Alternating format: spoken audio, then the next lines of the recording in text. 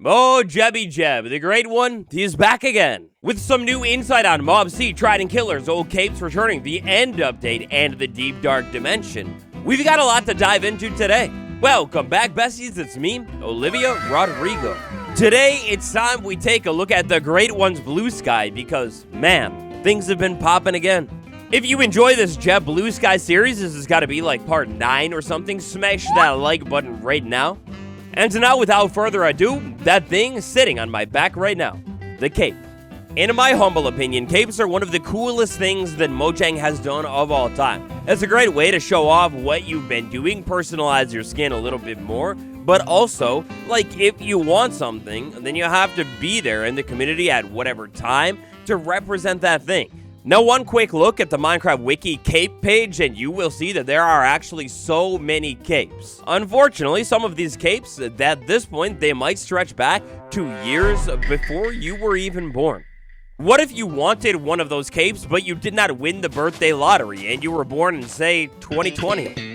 Well, in response to the burning question concerning old capes possibly returning, you know, maybe the Cherry Cape, the Pride Cape, or the 15-year MCC one, unfortunately, but fortunately, Jeb says it's unlikely, but he doesn't know. As the hopeful laddie, we read in between the lines on that one, and, well, he didn't say hard no. Though I see it as extremely unlikely, certain capes for like year anniversaries, 15-year MCC, certain ones are probably unlikely to come back, but on the other hand, maybe other capes, like let's say the Cherry Blossom one, maybe the Pride one, well maybe that's why Jeb is saying it's unlikely. There are certain capes that could definitely benefit from returning.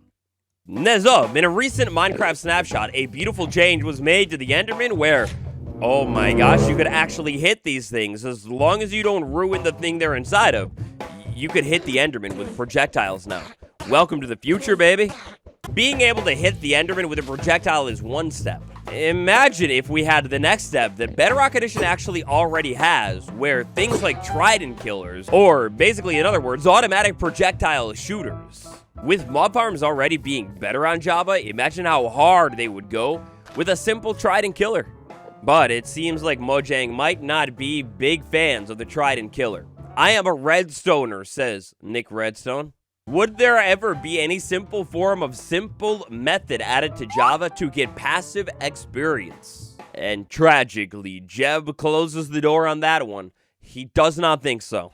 On this one, you know, if you want my 2 cents, instead of experience becoming a little bit easier to farm, I could see Mojang going the route of making whatever you need experience for, aka enchanting, a little bit easier, or just reworking the system. I mean, if you think about it, aside from mending, if enchanting worked completely differently, experience and levels wouldn't really matter that much at all.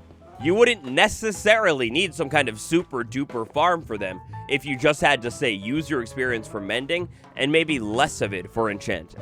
Throwback Thursday to the Minecraft mob votes. Oh man, if you weren't there, man, you just had to be there. They were really divisive, but I kind of loved it at the same time. It was really cool to be able to see so many potential proposed features and then actually have a hand at what is making it into the game. Now, we already know that the mob vote losers, they will eventually come back to the game at some point, but what if the vote was just different in general? What if, back in the day, instead of voting on just the sole winner, we instead voted on the order in which these features should come to the game? The first place one would come first, and so on. Black Silver, 94. If you were to bring back voting in any form, would it be a what would come first from our ideas? You vote in such and such order it comes into the game? So, you know, basically this person is asking, could we ever do a mob vote where we vote on the order of the features? Jeb says that people didn't like to vote for things because they wanted all of the things. But what makes voting interesting is that there's a little bit of a trade-off. If the vote was only for prioritization, I think we'd rather keep the order secret and announce it at our own pace. Oh man, so a mob vote where we basically pick the order of updates coming to the game, that seems to be completely off the table. But honestly, I think that's probably for the better. As cool as it would be for us to get to have our hand in Minecraft updates and features again, I think voting on the order of things to come to the game is probably not the best way to do it. I mean, by the time we get that third feature, we wouldn't really care that much about it. Like, we've known about it for presumably months and months at that point, and it would just be like, okay, cool, it's finally here. Instead, how I wish Mojang would bring a vote back is, imagine a proposed mob. Say, the capybara, it's finally coming to the game. The vote comes in with maybe what the capybara should do, or maybe even certain types of gear that it should have. Should it dress up funny? Should it have armor? Or should you maybe be able to shear its fur for something? I think Mojang could actually benefit from doing votes again, only having what we're voting on be a little bit less major and consequential. Sure, the scale of the vote would probably pale in comparison to the old votes of old, but I mean, hey, it would be a vote again, which would be really fun. Thanks to third-party retailers like Walmart and the like, well, unfortunately, certain beings from the universe of Dungeons 2 have been leaked early. This one right here is called the Sifter. It's a baby, specifically. Now, the Sifter, we know about it. Doesn't it call us back to this old guy right here, Mob C from 2017? Well, now, the one who originally had a hand in designing these proposed mob vote mobs has actually weighed in. This Sifter mob, even though it might look a whole lot like Mob C from the old mob vote, it's confirmed. Mint Refresh, the legend, asking, hey, that Sifter, is it actually Mob C redesigned? And I mean, look at it, dude. On the side-by-side, it gets even more glaring how similar these things really are. But now we know that it's actually just a coincidence. Because of Minecraft's blocky aesthetic, sometimes things are going to end up looking pretty similar, even when they aren't necessarily. So, Mob C is back on the menu, boys. When? I have no clue. Probably 2 decades. But, I mean, it is officially known that it is not a Sifter at all. It's obvious, the end update is one of the most requested and, in my opinion, most needed Minecraft updates of all time. I mean, this dimension, compared to our other 2 inside of the vanilla game right now, is so lacking and pale. To make it even more painful, the sad thing is we're not all that far from a much better, beautiful end. Take a look at what the developers did for the end inside of Dungeons 1 Echoing Void DLC, and it's beautiful. We've got islands on different levels, way more structures, different biomes, and so much more inside of this dimension. Well, now, could an end update actually ever happen? Well, the people have gone straight to the man himself, reporting to the boss that we need an end update. Jeb says, just keep asking. And so then Mint Refresh does exactly that. Hey, so Jeb, hear me out. Could we get an end update? And then, like an Enderman or something, Jeb just straight up teleports away. But he didn't say no and then teleports away. In all honesty, I think it's inevitable that one day Minecraft will get an end update because the developers update things based on feedback priority. Unless they're adding that shiny 4th dimension, I think an end update day might be closer than it is further. I guess we just gotta keep on asking, and then one day, the developers will actually do it. Hey, but you know, speaking of that 4th dimension here, the deep dark dimension, maybe if he's feeling extra generous, today Jeb will give us a little bit more information on this thing. When confronted with the fact that Dungeons has gotten an updated version of the end before the main game, but now its sequel is getting a brand new dimension, and then when asked after that confrontation for a confirmation that both are in the works for the main game, Jeb says no, he cannot comment on future game updates on Bluesky, so no confirmation.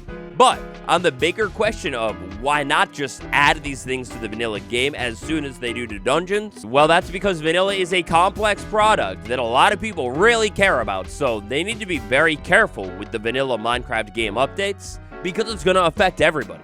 Then somebody asks in a slightly nicer tone, but if vanilla is eventually going to get an end update in a new dimension, right? Guys, I think we broke Jeb. Jeb completely glitches out, goes into error, and then shuts down. I mean, look, I kind of figured we wouldn't be able to get too much information out of the guy, but I didn't think he would completely glitch. I guess somebody will just have to ask him again in a different way. But speaking of the 4th dimension, there's an interesting idea right here that in my head sounds like something that could be perfect for the 4th dimension. especially with that time command rework and separation between the dimensions that was added to the game earlier this year. Hey Jeb, could we get a way to change the speed of the day and night cycle to make longer nights or longer days or both instead of 10 and 10? Which we actually already have in game with the command, by the way, and at least on Java. But Jeb says it's a very neat suggestion, but he cannot comment on future feature plans. I mean, I don't know. If you think about it, if we're going to have a fourth dimension and not just different areas in the overworld, things are going to need to, well, have a reason to be different.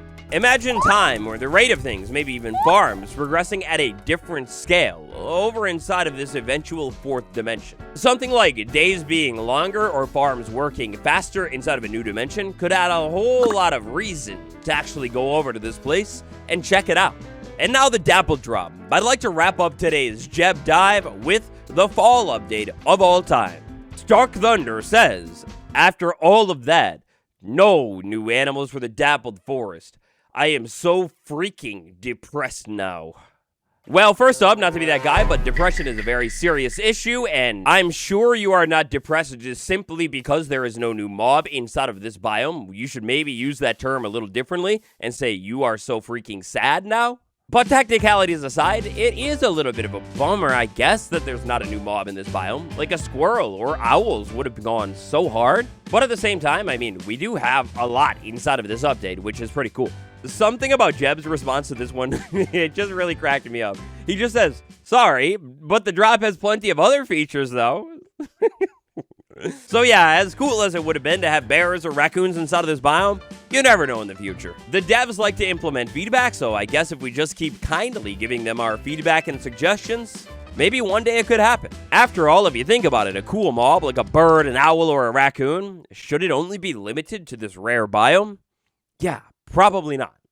What animal belongs inside of this biome the most? Let me know down below. As always with these videos, a huge thank you to Jeb for being so open on Bluesky. It is so cool, and it's just like really interesting. It's a great insight to have. On the end card, I will put a playlist. Inside of that playlist, we'll have more of these Jeb videos if you want to check out the other ones. And until next time, it's been me, Olivia Rodrigo. I'll see you tomorrow.